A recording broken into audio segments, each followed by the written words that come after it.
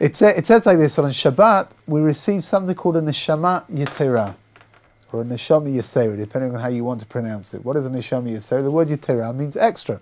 So we have an extra soul. It's like an extra piece of soul. What is it? An extra piece of something spiritual. Now, if I were to ask you, what is the function of having an extra soul for Shabbos, what would you say? Communicate with Hashem. Huh? Communicate with Hashem. To communicate with Hashem, to be more spiritual. To use it to its best advantage. Okay, you're being very, very politic today. Oh. Look at that, you're going to make a fine politician. That's very good. You. David Cameron. No, I'm joking. I mean, we would assume that the function of this extra neshama is to make us more spiritual, right? To draw us closer to God, to give us an easier way of dealing with Shabbos, for example. Is it something to do with like food of some kind? Oh, so Rashi says in two different places in the Babylonian Talmud, Rashi says that the function of the neshama yesera is to eat more and to drink more than you would normally eat or drink. Good. My mum says, when my mum says to me, "You put on weight," I should say blame the neshama yesera, not me. You could definitely try swinging that one past your mother and see what she says. I have my doubts, about how effective it's going to really be. But it's an astonishing thing. It really is. I mean, you get an extra piece of soul to eat and drink more than you would normally eat or drink. Right? It adds to the enjoyment. Oh, so obviously we all understand that the dimension of the soul is something which is spiritual. It's something which is ethereal, right? Which means that the whole function of the soul is to make us more spiritual than we were and to draw us closer to God. What Rashi is teaching us is something very fundamental, that the ability to do that here in the physical world is going to be enhanced by the physical and not by ignoring the physical. So you're saying that taking the physical, taking the mundane food you eat and making it into a spiritual affair? Yes, absolutely, right? Which is why we eat more on Shabbos. I don't know how much you people normally eat, I don't know, but in general, we eat more on Shabbos than we do during the rest of the week, right? And there's a very beautiful Hasidic custom, but before each course, so you take a spoon of soup, and before you actually drink it, you say, L'chavod Shabbos Kodesh, this is in honor of Shabbos. Right? And before you have your piece of chicken, or you have your piece of kugel, or whatever it is, you say, L'chavod Shabbos Kodesh. It's a very beautiful idea, it really is. But what are you doing? You're saying that, of course, a person has to eat. We all know that, right? He's eating more than he normally do, but not for his own good, for the good of Shabbos. I'm eating this in order to turn this into a Shabbos experience. Right? The Shabbos table, how does it look? We've got you make kiddush, and you've got zmiras, and you've got divrei Torah, and words of Torah that are being spoken over, and it's not just a meal. It's not just sitting down. You can go and have a great meal with your friends in a fancy restaurant, and you'll come out and you say, it was delicious. For sure, it was delicious, and you had a very good time. But it doesn't compare to a Shabbos meal. Shabbos meal, which may have simpler food. Right, but it's got a certain spice called Shabbos inside of it, which makes it different. There's a very beautiful Gemara. The Gemara says that one of the Roman emperors came to Rabbi Akiva, I think it was, and he said to him, he ate his food on Shabbos, and then he asked to have the food made again during the week, and it didn't taste the same. So he came to Rabbi Akiva to ask him, how can that be? Rabbi Akiva said, because there's a spice called Shabbos which you can't have on any other day of the week except for on Shabbos. Huh? So wait, someone goes. So what happened? He ate Shabbos food together with Rabbi Akiva, and it was delicious. And then during the week he asked to have the food replicated, to have it made again, and it didn't taste the same. I don't know about you people, right? I guess it depends on how desperate you are. But some Shabbos foods for me, cholent on Sunday just doesn't do it. Cholent on Shabbos morning, cholent is great, right? But I don't know, Sunday morning or Sunday afternoon or Monday or Tuesday, I don't know about you people, but for me, it's something that, it just doesn't do it, right? Why is that? So I guess the answer is because on Shabbos it's got the Shabbos spice inside of it, and during the week it doesn't. Potentially also because it was fresh. I'm not sure that fresh and cholent actually go together so well. But I'll tell you more than that. It's not true. I think it's a Shabbos thing. Even if you make fresh cholent, right, and you eat it during the week, it's not the same. It just isn't. it's lacking that dimension. So the neshama... Because when you think about it, when you, for example, let's say Rosh Hashanah, for example, we will eat challah on Rosh Hashanah, and it won't be the same. And when you eat on Shabbat, for sure, absolutely. I don't know, there's something about, you know what, even something like challah, right? There's something about challah that you eat on Friday night, it's just not the same as any other day of the week that you might eat your challah. It's just, it's got a taste to it that's Shabbos. Why is there a mitzvah for a woman to bake her like a homemade challah? It's not a mitzvah per se, right? It's not, you know, given the choice between doing a proper mitzvah, a defined mitzvah, and baking challah. So you should do the defined mitzvah. But baking challah is considered to be something which is very fundamental to Shabbos, because it's signifying, it's symbolizing the fact that we're like a little temple. Your house is like a little temple. I don't mean, like a little temple like you find in Los Angeles. I don't mean that kind of temple. I mean, it's like a little, what's called a migdash me'at, like a little holy temple. And one of the things that was offered up on the temple were the lechem aponim, right? The showbreads that were brought, and it's got a very, very important dimension to it. So it's become a thing, right? One of the reasons why it's a big thing to make challah is because if you make enough dough, then I don't want to confuse anybody by using the same word, but if you make enough dough, you can separate something called challah, which is the amount that's separated from the dough, and is then you make a bracha over it, and you have to burn it up. There's nothing you can do with it. You can't give it to anybody nowadays, but it's a very special bracha. Now the truth of the matter is that you don't have to make this bracha just when you're making challah. Right? Whenever you make a batch of dough that's big enough, then you need to separate challah with a bracha. Right? If you make a batch of dough which is not big enough, there's not enough dough over there to warrant, there's not enough flour that's been used to warrant making the bracha, so you should separate the challah without making the bracha. But that ability to make another blessing over here is something very fundamental. The early authorities say that baking challah brings a blessing into the house, brings a blessing onto the home. Actually, I read an interesting thing about if you want to sell your house. So they've got all kinds of tips that you could that will push the price of your house up quite significantly sometimes. One of the things that they say is that when people come to view your house, if there's a fresh baked smell in the house, then that you can ask for several $1,000s more than you would if there was no smell, because that smell is like this home baked smell. Somebody comes in and it triggers off a reaction. It may be a subconscious thing. I remember when I was like, Good to know. Yeah, you get just. When you sell for $10,000 more than you would have done, just keep me in mind, okay? Well, for sure. Remember who you heard it from. Got it. I'll give you my bank details afterwards. Your what details? Bank details. Your bank details. Yeah. My father told me when he was a young man, if you wanted to enhance the value of your home, if you smoked a cigar in the house before people came to view it, so it also gave it the impression of, I guess that was like an impression of opulence. Cigar smoke was something which was considered to be very aristocratic. Nowadays, of course, if you've got a house smelling of smoke, then that probably will probably offer you less than it's really worth. Hopefully. Anyway, what's that got to do with Shabbos? Absolutely nothing. But it was just a little idea, because the early authorities say that if you bake challah in your home, it brings a bracha down into the home. It's one of the things that Sarah Imenu did, right? One of the things that it says that when Yitzchak brought Rivka into the tent of his mother, that the bracha on the dough, it returns, and all of these things they're very beautiful ideas. They really are. However, so the Neshama Yisera is there to give us the ability to eat a little bit more and to drink a little bit more than we normally would, and that's going to enhance our spiritual appreciation of the day of Shabbos.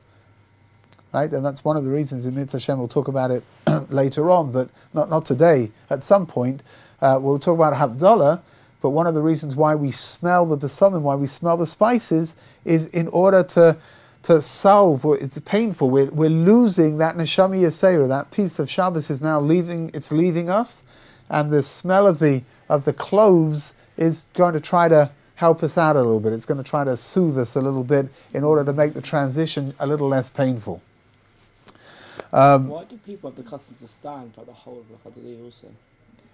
I don't know. I tell you the truth, that you'll find all different kinds of customs, and the emphasis, whatever you do, it's going to be fine. Some people stand the whole of L'Chadoidi, some people stand only for the last verse. I've seen some people have the custom to stand, from the second to last verse. I don't know. Whatever you do, it's going to be fine. None of these things are etched inside of halacha. Right? They're just different customs, and whatever you do, it's going to be okay. How do we get into the neshama yesera? Because the last verse of L'Chadoidi, according to some opinions, that's when the neshama yesera enters into you. And that's why it says that the last verse of L'Chadoidi should be recited with great simcha, with great joy, right? Because here you are, you're now entering into Shabbos mode, really into Shabbos mode, right? Now, if anybody remembers, we started off this whole thing in a hot air balloon, right? Remember that? Anyone remember? What hot air balloon? What hot air balloon? The hot air balloon that we're about to toss you out of. One sandbag so far. Your mother said you've been putting on weight, right? So maybe you're weighing us down over here. Is anybody here an engineer?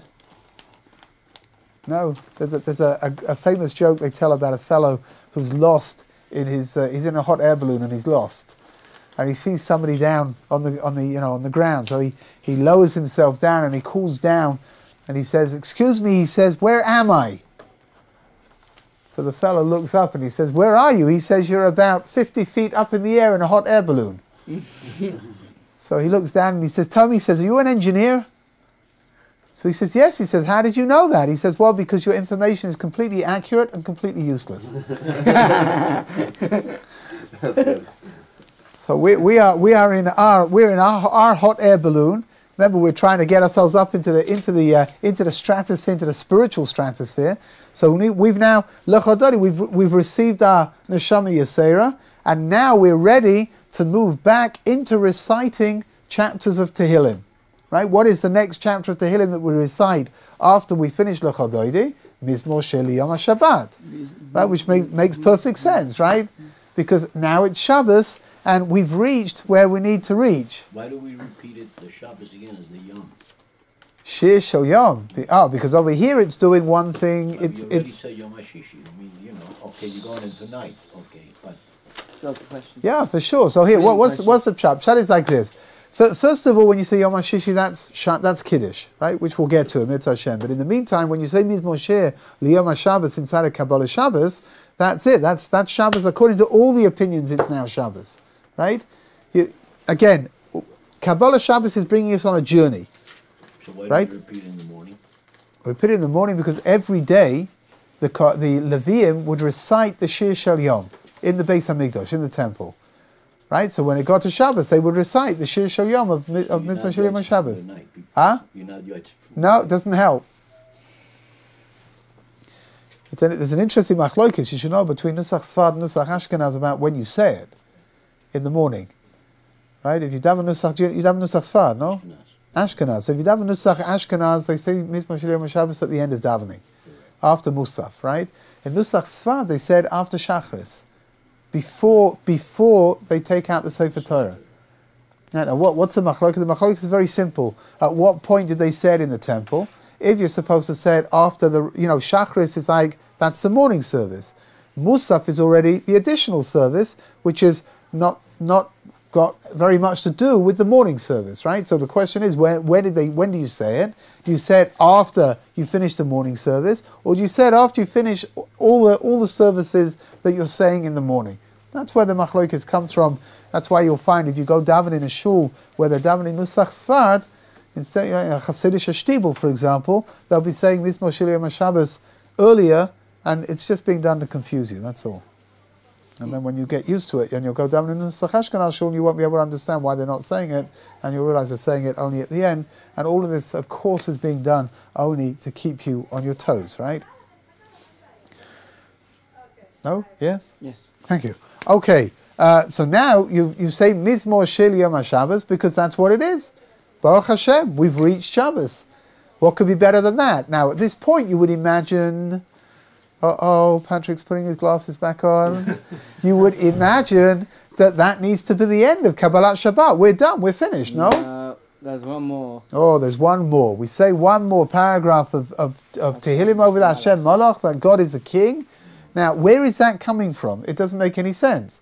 Because up until now, have we explained Kabbalat Shabbat? We've explained it by what? By talking about the connection to the days of the week. Then we say to him, do you know what, you're the crown of all of our week and we'll be nothing without you, kind of thing. Oh, we're going to, hold on, we're going to get that. There's more, but that's for sure some of it. But just to build up the question, right? The whole of Kabbalat Shabbos is built around the concept of the 7 days of the week, right? That's how we started off. The 6 days of before Lechadoidi are the 6 days that correspond to the 6 chapters of the Tehillim. And then we've got Lechadoidi, and then it becomes Shabbos, and then we say Mizmor Shel Yom HaShabbos. That should be it. We should be done. We should be finished, no? And yet we've got another paragraph over there. Why is there another paragraph? Just Patrick, in your siddur, is there another paragraph over there? I think so. Oh, good. Okay. No, I just, I just want to make sure that what I'm saying has some kind of verification to it. Where's it coming from? What's going on? So, we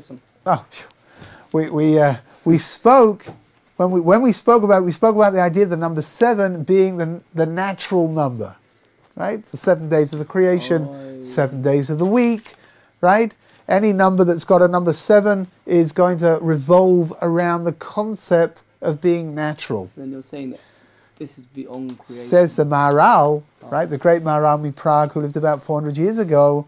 The number 8 represents that which is lamala, what he calls lamala min hateva, something which is above nature, something which is no longer part of the natural world that we live in.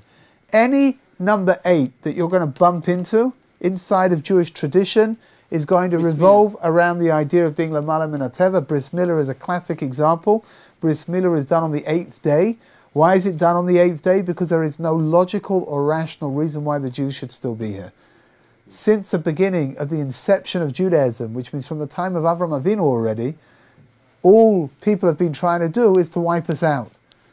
Right? Nimrod tried to destroy Avram Avinu, and from then on, it's just got worse and worse and worse as we go along. If you stop and you think, that famous essay from Mark Twain, Why the Jews? Those famous, enormous empires that have come and gone and disappeared, right? There is no rational reason why an empire should disappear. What happens? They become decadent, and they don't want to go to defend themselves anymore. I once read a fascinating historical, a historical treatise that said that one of the major factors of empires beginning to lose their power was when they start hiring mercenaries. Hey, America's been doing that. What a surprise, right? What's the pshat? It's not because the mercenaries aren't dedicated to defending the empire that they've been hired to defend. That's not the reason. But rather, by hiring mercenaries, what is going on? It means that your citizenship is no longer dedicated enough to do it themselves, right? Which is an indication that you've reached a certain level of decadence where, I want to live here, I want to be a part of the empire, but I'm not going to do anything to defend it myself. And that state of mind ends up, ultimately, with the empire crumbling and somebody taking its place and moving on. The Jewish people, we shouldn't be here. The ancient Romans are not here anymore. The ancient Greeks are not here anymore. I mean, you've seen throughout history, you've seen empires come and go, and yet the Jews were still here, despite the fact everyone's trying to wipe us out. So Aryeh Kaplan said, more than the Jews have kept the Shabbat, Shabbat's kept the Jews. Yeah, which is actually a quote from somebody called Echad Ha'am. More than the Jews have kept Shabbos, Shabbos has kept the Jews. Right? It's a sense of belonging, a sense of being dedicated to something which is bigger than you, right? Which is something very fundamental. It really is. It's also something very beautiful. Number 8. Why do we do a bris milah on the 8th day? Because we're showing we're not supposed to be here. We're really not. Why are we here? Because God made a pact with Avraham Avinu that if we keep the Torah will keep us. That's what it comes down to. So the bris milah is fascinating because the bris milah is done on the reproductive organ as well, which means that the bris milah is done on the reproductive organ on the 8th day, which is representing the physical and the spiritual continuity of the Jewish nation within that ceremony of the bris milah. But any time you come across a number 8, it doesn't matter what or when inside of Jewish tradition, it's always going to indicate lemala min hateva, something which is beyond nature.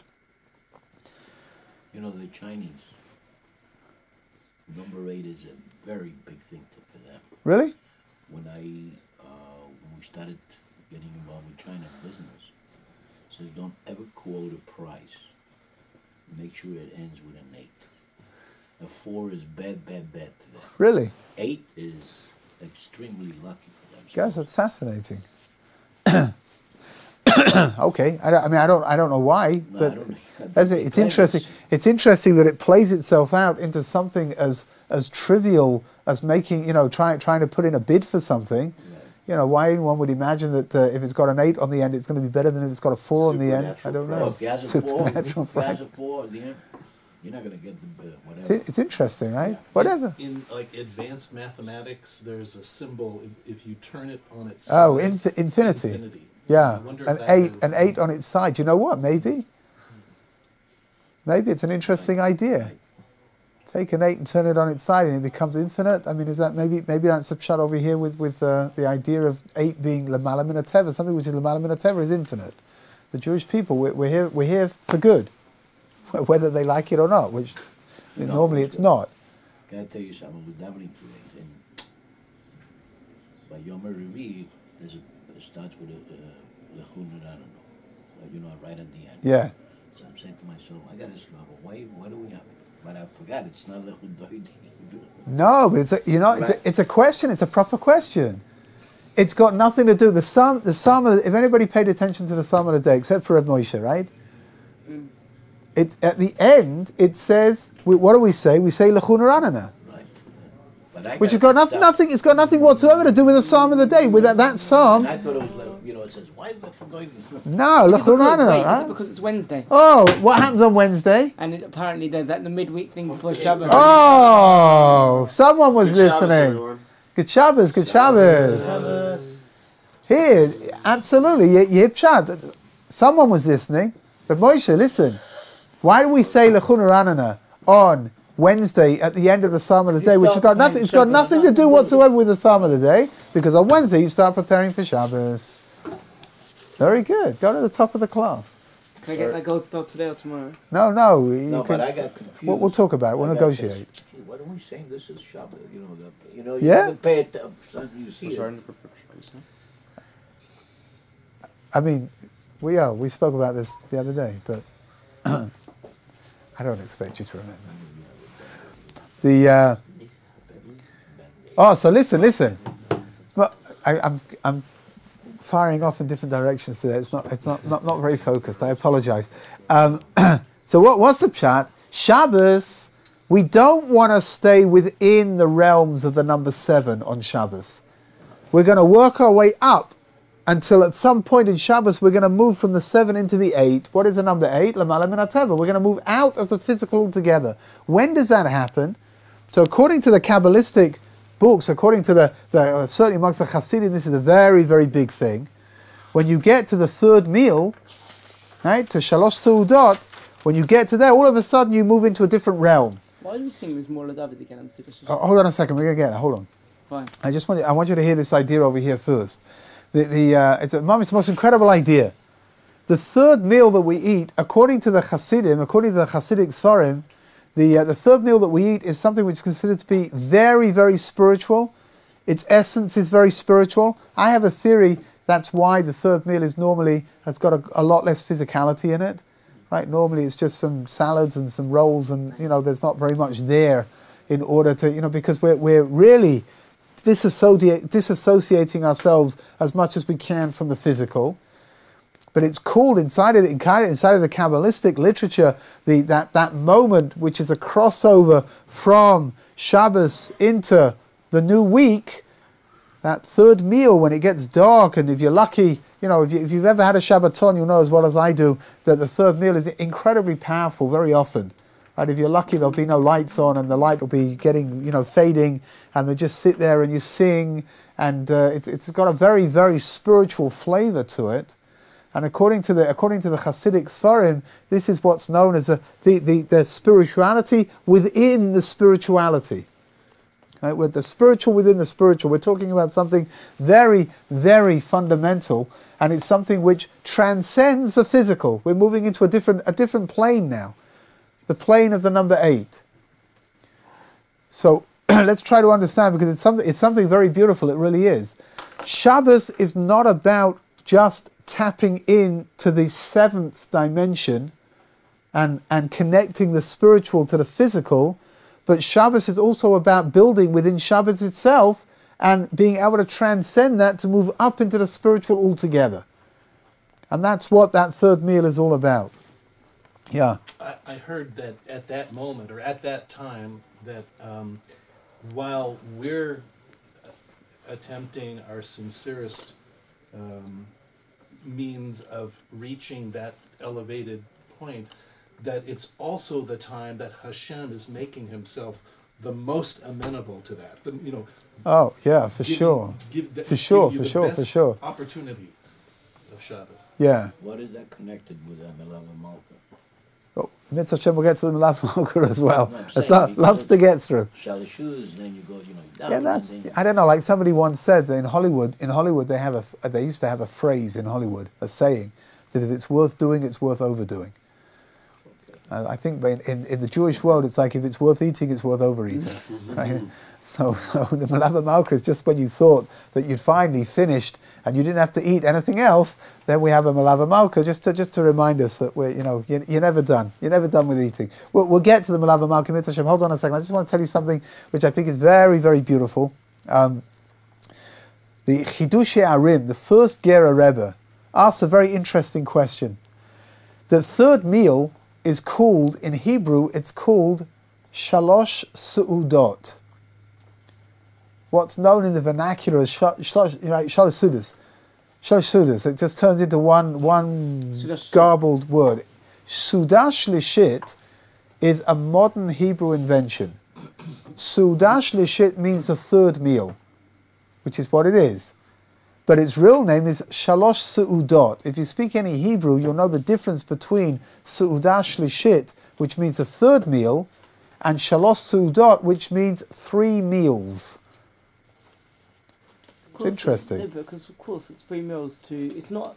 Milav Malka isn't so much. Not the Milav Malka. The other one before is more than a meal. It's more than just it's normal Suda. It's something higher. Oh, so says the Chidush. Listen to what the Chidushei Arim says. Something absolutely fantastic. Shalosh Su'udot, or Shalosh Su'udas, depending on how you want to pronounce it. Shalashidis, right? Shalashidis. Right. What's pshat? He says like this. It really shouldn't be. What do you mean Shalosh Su'udot? It's 3 meals. So explains the Chidushei Arim something very, very beautiful. He says like this. And it ties into this idea of the third meal being something which is sort of transcends the physical. He says when we come to eat the first meal on Friday night, right, the first Suda that we eat on Shabbos, so of course we're eating it because it's a mitzvah to eat it. But we're eating it also because we happen to be hungry. It's just a little technical issue, right? When we come to eat the second meal on Shabbos morning, of course we're eating it because it's a mitzvah to eat it. But it also happens that we happen to be hungry, so we're eating it because we're hungry as well. When it comes to the third meal on Shabbos afternoon, especially in the winter, no one's eating this because they want to eat. Everyone's full already, that's it. The only reason you're eating it is because what? Because HaKadosh Baruch Hu wants you to do it. It's a mitzvah. Which means, says the Chidushei Arim, that third meal is the most altruistic meal, and retroactively it includes the kavanah, my intent of, bless you, my intent of eating this meal just to perform the mitzvah retroactively includes the first meal and the second meal as well. This is how I'm proving retroactively that my kavanah, that my intent was good. So says the Chidush Arim, when you come to eat that third meal, it includes the spiritual dimensions of the first meal and the second meal as well. So in effect, what are you doing? You're eating shalosh su'udot. You're eating 3 meals The third one didn't in that really third meal. Yeah. Spiritually, right? You're eating all 3 meals are being eaten within that meal that you're eating as a third meal. It's something I think it's a very, very beautiful idea. I'm looking around the room. I see that nobody is touched whatsoever by what I've just said, which is very sad. What? I'm in awe. This is what you look like when you're in awe. Okay, I recommend that when you go for a job interview that maybe avoid awe. Can I ask another quick question? Of course. On Friday night, Yes. why do we sing El Shachar? Because if you don't, you'll get clobbered by your wife. No, but why really? And don't write that down. That's not the real reason. Here, let's have a look and see what we've got. You know what? Before we get there, we've got some other bits and pieces. Let's go back to Friday night, right? So Kabbalat Shabbat. What is it all about? Kabbalat Shabbat is not about staying within the 7. It's teaching us to get up into the realms of the number 8, and that's why we recite an 8th paragraph over there, an 8th chapter of Tehillim, and Kabbalat Shabbat comes to an end. And now, 92? Is that?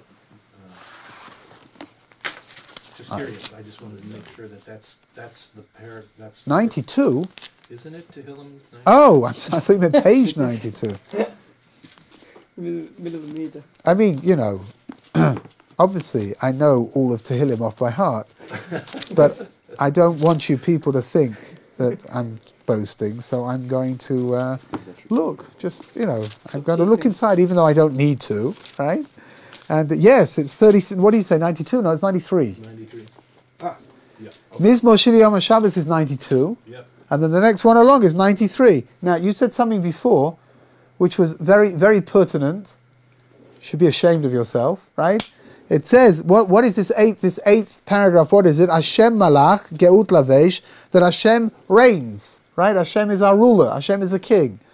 And the ultimate level of living in a realm of number 8, the ultimate level of living in a realm which is Lamala Min HaTeva, is crowning God as king. Which means it's very simple to slip it all into place and to see exactly how it all fits in, like pieces in a jigsaw puzzle. And when you get to this, you've now reached the point where you're ready to be able to daven Shabbos. You'll be able to daven Ma'ariv. And so all of this is just getting us up into the right frame of mind spiritually to be able to approach Shabbos in the way that we're supposed to. Which means that Kabbalat Shabbat, it's the most beautiful thing. It really is. If it's so beautiful, then why is Ma'ariv more important than it? Because Ma'ariv is an obligation, right? And Kabbalat Shabbos is something, even though the emphasis like this is also obligatory, right? But Ma'ariv has got contained inside of it the Shema and the Amidah, right? What's the whole idea over here is what? To reach a level of Hashem Malach, that God is king. What is the Shema? Shema is acknowledging the fact that God is king, right? Which means that to stop at the end of Kabbalat Shabbat and not go on has kind of left you doing all the preparation. I'm not seeing any result. But it's not that you're not seeing a result. You're not following through. It's like somebody who goes through a training regimen in order to be able to compete for a particular thing and then not competing. Doesn't even run the marathon. Right. So it's like B'kei Zimra. In a certain way, right? It's got a certain similarity to Psukei Zimra, which brings you into being able to daven Shachris properly. So we have Kabbalat Shabbat over here, which brings you into being able to daven Ma'ariv properly with the right Shabbos frame of mind, right? And then the Ma'ariv Amidah itself is the Ma'ariv davening itself follows the same format as every Ma'ariv. Right, so you've got the brachas before the Shema, and then you've got the Shema, and then you've got the bracha after the Shema, and then you get to the Amidah. The Amidah, of course, is the Amidah that talks about Shabbos. It's Shabbos related. It's a very beautiful Amidah. And there's no repetition. And there's a little bit of repetition, interesting enough, which you don't have during the rest of the week. The reason why we have it on Shabbos is because on Shabbos everyone has a little bit more time. Right? Normally during the week people don't have time. A little bit of repetition at the end of the Amidah on. You go different wording, but numbers. I mean, Yeah, for sure. It's not. What's the pshat? Because you can't have the standard wording, right. because that would imply that every Ma'ariv is supposed to have a repetition. So they put in just a little something else. It's also originally put in for people who maybe weren't able to daven by themselves. So the Chazan would daven for them. He would be able to fulfill their obligation by reciting it afterwards. Same as Kiddush and Shul. Yeah, absolutely. Ooh, Same kind of thing. Ooh, that's why it's in Marav. Or that's why you don't do it in Marav. Yes. Because it wasn't originally obligatory. So, cool. I think that this is called a reaction, but I'm not 100% sure. I think we're seeing something new. Seeing all the pieces coming together. Like Gosh. This is a historic moment. Like a pizza. I don't know, somehow or other, everything seems to return back to pizza at some point. Maybe that's why pizza's around. There's no beginning and no end. It just, although in my family it seems to end pretty quickly, but whatever. Okay, let's go home. We finished. Figuratively. Oh, okay. Now I get you. Is that interesting? Figuratively. Oh. Well, what's going on? When we go home, first of all, there's a very beautiful, the rabbi said like this very beautiful little idea. It says that when a person goes home on Friday night from shul, he's accompanied by two angels. And the way that the rabbis describe it is one angel is a good angel and one angel is not such a good angel. It's a horror. That doesn't say it's the Yetzer Hara. Interesting. It just says one is a good angel and one is a bad angel. And it says like this, that when you get home, if your home is Shabbos-dik, you walk into the house and the house is, ready and beautiful and everything's ready for Shabbos, then the bad angel has to give a bracha that it should be like this every Shabbos. And if it's not like that, if things are not ready and if the place is a little bit upside down, a little bit of, then at that point the good angel has to give a blessing, as it were, that it should be like that every Shabbos. Right? So we're being escorted home by angels, and we have to try to make sure that not only did we take care of the spiritual dimensions of getting ready for Shabbos by davening, but the physical dimensions are all ready as well, which means that the table is ready and everything is looking very nice and Shabbosy. Is there anything to do with the angel that came to Abraham's tent? No, interestingly enough. That's something else. But I mean, again, just the idea of things being the way that they're supposed to be, right? Things have to be physically ready as well as spiritually ready. There is a very famous story they tell. There was somebody called Rosh Shlomo Freifeld, who was one of the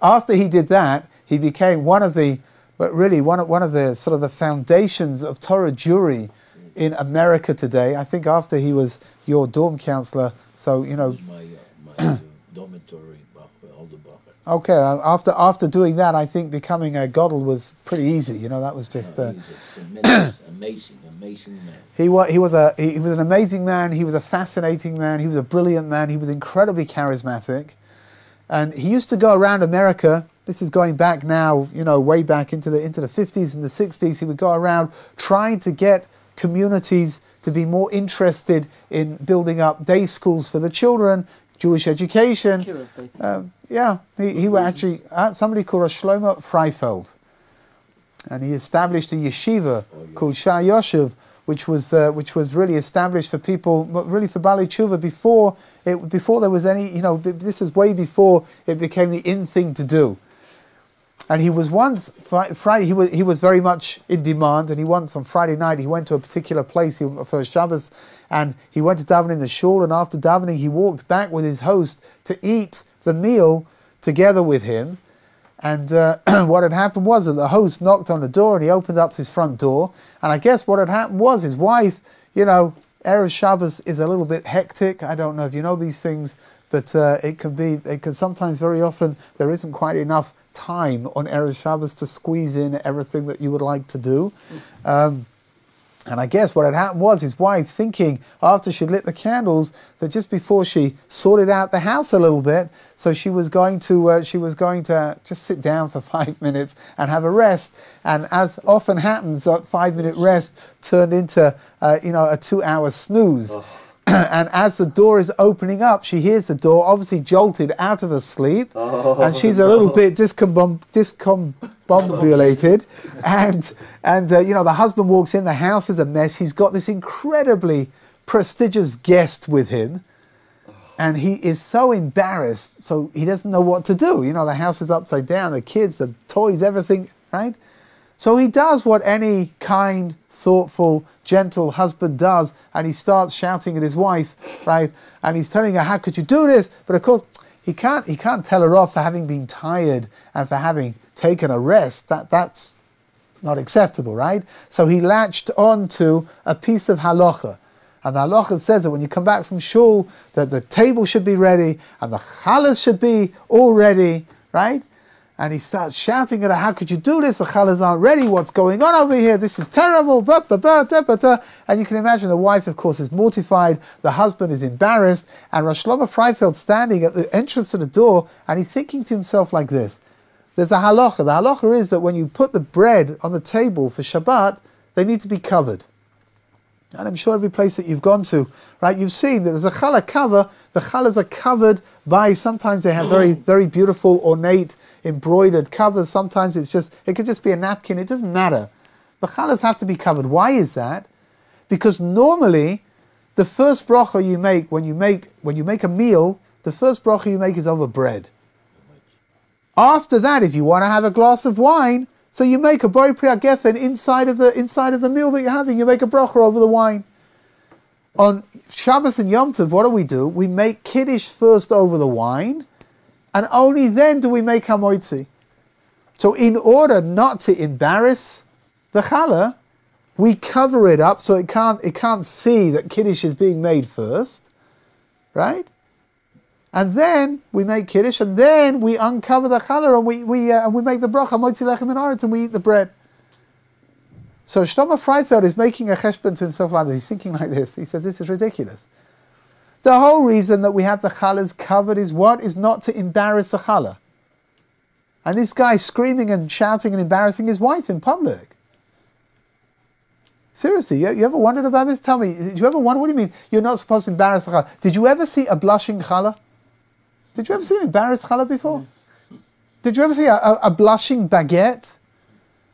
Or a piece of pizza that's like, sort of like crawling up into itself because it's so embarrassed? Did you ever see these? I did, but it was tomato sauce, man. If you've seen these things, then you need help, really. I don't know how to break this to you.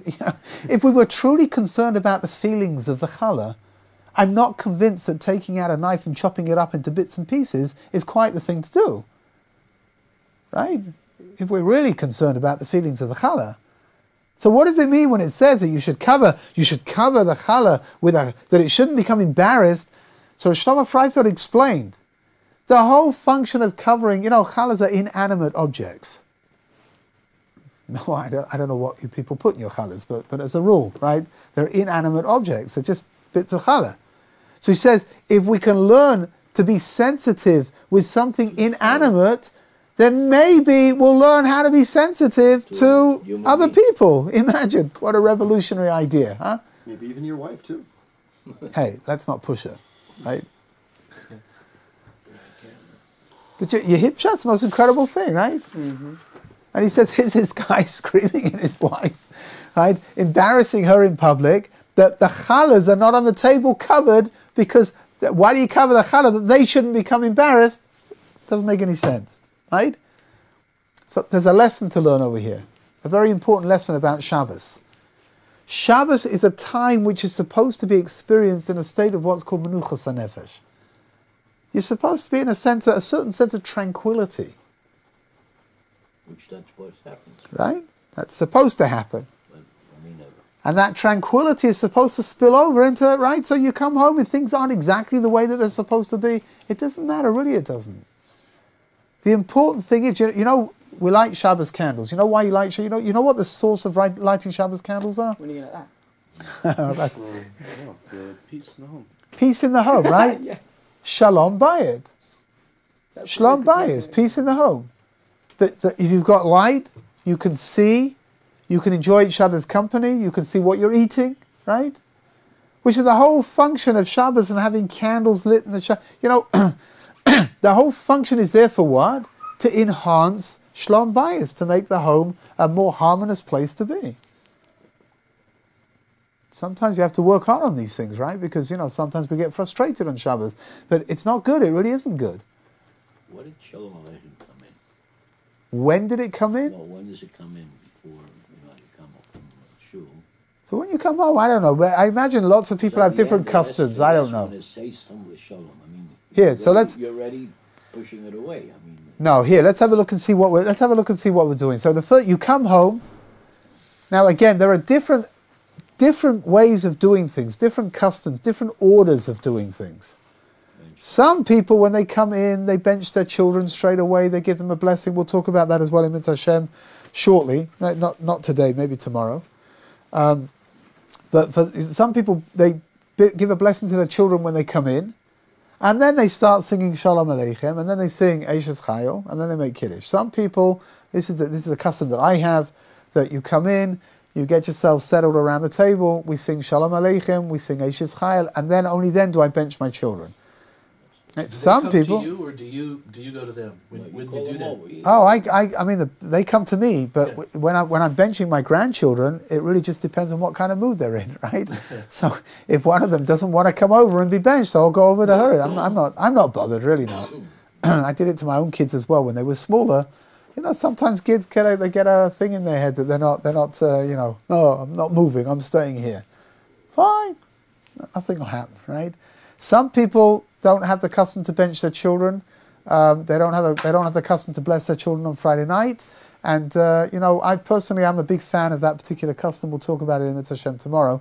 But in the meantime, Shalom Aleichem. So there's a very beautiful. You can read through it in the Siddur. It's a very beautiful song. There are all different kinds of tunes. The custom is to repeat each verse 3 times. Now, you'll get to some houses and they'll sing it all the way through, and they'll sing the verse of Tzeit L'Shalom, which is talking about the angels leaving, right? Which angels are leaving? The 2 angels that escorted you to your home are now leaving you. But it also could be considered Shabbos. No, Chas v'Shalom, right? I once heard a beautiful explanation why some people sing Tzeit L'Shalom, because the angels are leaving, which of course is sad.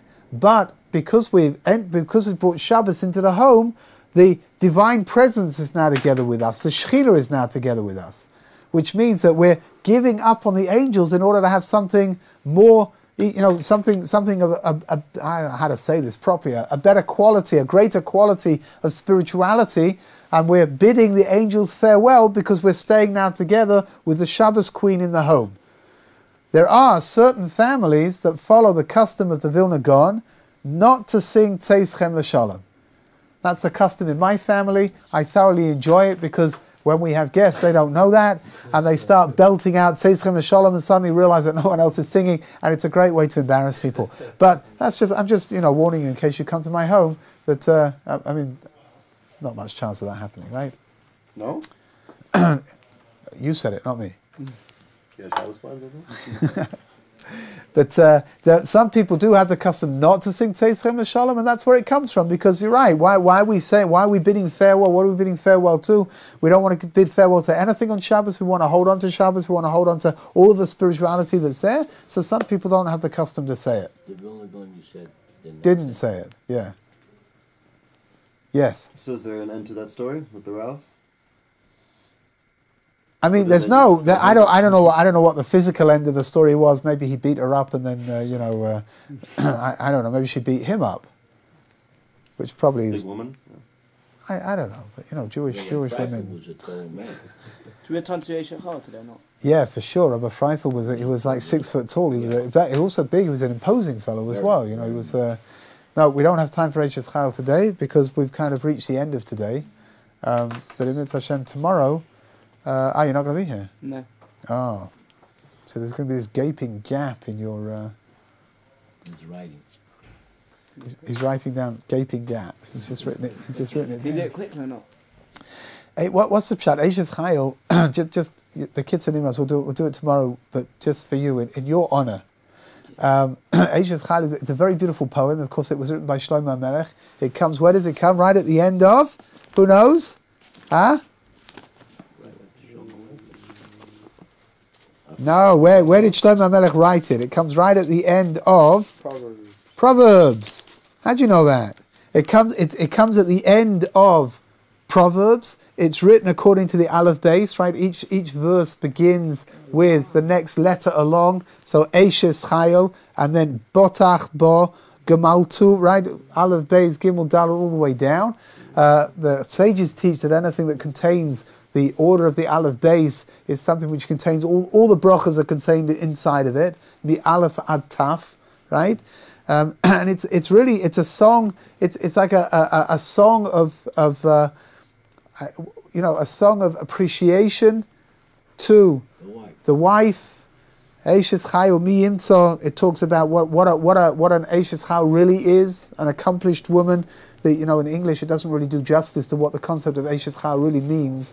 But in Eishes Chayil, we have to understand what it really means. It's a spiritual dimension.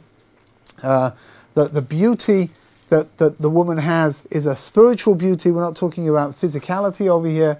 And it's something that we get to Shabbos as an opportunity for the husband to show his appreciation and his love of his wife, to sing Eishes Chayil.